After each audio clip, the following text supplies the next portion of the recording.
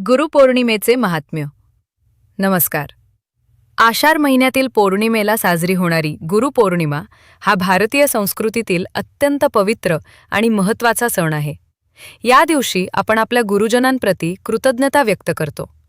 महर्षी वेदव्यास यांनी वेदांचे विभाजन केले, महाभारत आणि अनेक पुराणांची निर्मिती केली.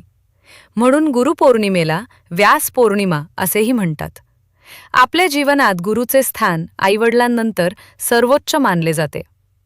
गुरु आपल्याला ज्ञान, संस्कार, योग्य विचार आणि जीवन जगण्याची दिशा देतात.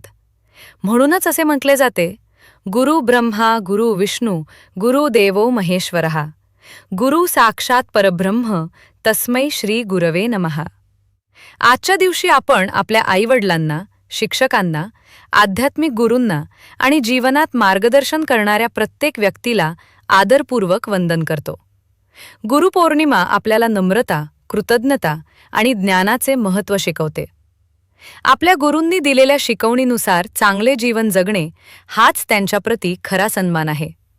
चला, या पवित्र गुरुपौर्णिमेच्या दिवशी आपल्या सर्व गुरुजनांना मनःपूर्वक प्रणाम करून त्यांचे आशीर्वाद